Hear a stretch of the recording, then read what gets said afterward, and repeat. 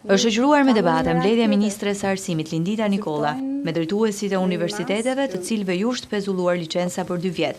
Edhe pse vetë ministrja garantoi se kriteri vetëm në vlerësimin e institucioneve të arsimit të lartë ka qenë ligji, drejtuesit e këtyre institucioneve e kanë akuzuar ministrin për shkelje të kuadrit ligjor. Nuk mund të kaloshen publikime në media, sepse ju e dini që këto janë biznese në thonjza shumë sensible, zotëri ministre, dhe nuk mundet që unë ta zëm se kam të drejtë në këto që them në 100% dhe ju do m'jepni të drejtë.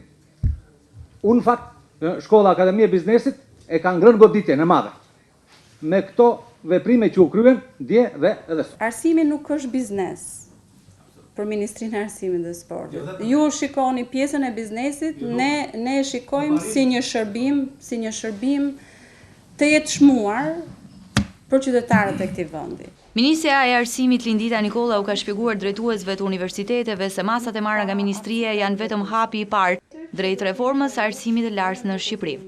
Ju keni rezultuar institucione jo të atij niveli që ishin 18 institucionet për cilët vendimarrja është që t'ju hiqet licenca, për shumë arsye që ju i dini pa aq mirë sa dhe ne, por besoj të gjithë bashkë bijem dakord sepse që ka ardhur momenti që ne t'i vëmë këto institucione në shinat e ligjit. Ndërkaq Ministri i Arsimit Lindita Nikolla ka takuar edhe drejtuesit e universiteteve që duhet të përmirësojnë kriteret, duke ju kërkuar të përmbushin sa më shpejt rekomandimet e ministrisë.